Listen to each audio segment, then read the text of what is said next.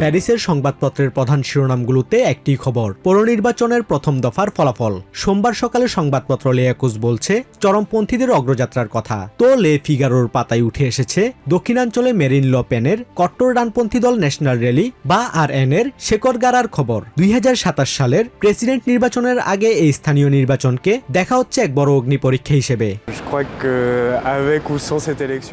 মার্সেইয়ের এই নির্বাচনের ফল যাই হোক, ফ্রান্সের ন্যাশনাল র্যালির উত্থান এখন দিনের আলোর মতো পরিষ্কার। আমাদের খুব সতর্ক থাকতে হবে, কারণ এই প্রবণতা বেশ কিছুদিন ধরেই চলছে। RN ইতিমধ্যে স্পেনের সীমান্তের কাছে পারপিনিয়ানের মতো বড় শহরগুলোতে জয় পেয়েছে। এমনকি মার্সেইয়ের মতো দ্বিতীয় বৃহত্তম শহরেও তারা বামপন্থীদের সামনে সমান টক্কর দিচ্ছে। তবে এই উদ্বেগের মাঝেও প্যারিস, লিওন এবং তুলুজের মতো শহরগুলোতে বাম ও মধ্যপন্থীদের ভালো ফলাফল অনেককে স্বস্তি দিয়েছে। আমার অনুভূতিটা মিশ্র। কট্টর ডানপন্থীদের এই বড় উত্থান আমাকে ব্যথিত করেছে।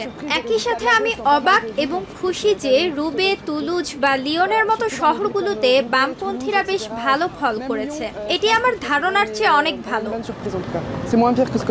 প্যারিসে সমাজতান্ত্রিক প্রার্থী ইমানুয়েল গ্রেগরি তার নিকটতম প্রতিদ্বন্দ্বী রক্ষণশীল রশিদা দাতির চেয়ে বড় ব্যবধানে এগিয়ে আছেন। এই জয়কে প্যারিসের গত কয়েক বছরের অগ্রগতির ধারাবাহিকতা হিসেবে দেখছেন অনেকে।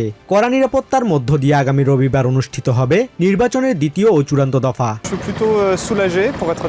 সত্যি বলতে আমি বেশ স্বস্তি বোধ করছি। রশিদা দাতি মেয়র হলে প্যারিস গত কয়েক বছরে যে অগ্রগতি করেছে তা থেকে আমরা পিছিয়ে যেতাম কিনা সে ভয় আমার ছিল। প্যারিস এখন বসবাসের জন্য অত্যন্ত চমৎকার একটি শহর।